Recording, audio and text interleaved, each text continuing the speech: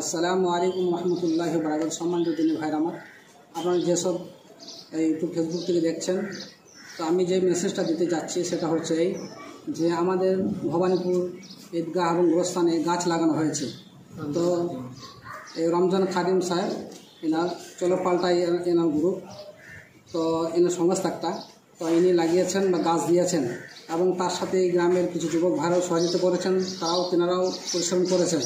তাই আমি বলতে চাই প্রত্যেক গ্রামবাসীকে আপনারা নিজ নিজ গ্রামে আপনারা গাছ লাগান, আপনারা ঈদগাহ গোরস্থানে লাগান, আপনার বাড়িতেও লাগান এবং প্রত্যেক বাপ ভাইদেরকে বলবো যে এনার সাথে যোগাযোগ করবেন, ইনি আপনাদেরকে গাছ দিবেন, আপনার যত প্রয়োজন আপনি এনার কাছে বলবেন, ফোন নম্বর আছে দিয়ে দেবেন এবং গাছ লাগিয়ে দেবেন। এবং বিশেষ করে এটা আমাদের ইসলামের একটা আমাদের নির্দেশ, গাছ লাগানোর জন্য এটা বিশেষ একটা অফার এসেছে।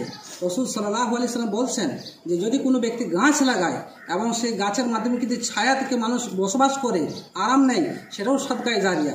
এবং সেই গাছে যদি ফল হয়, সেই গাছের ফল যদি পাখি কিংবা মানুষ খায়, সেটাও সাদকায়ে জারিয়া হিসেবে গণ্য হবে। সুবহানাল্লাহ।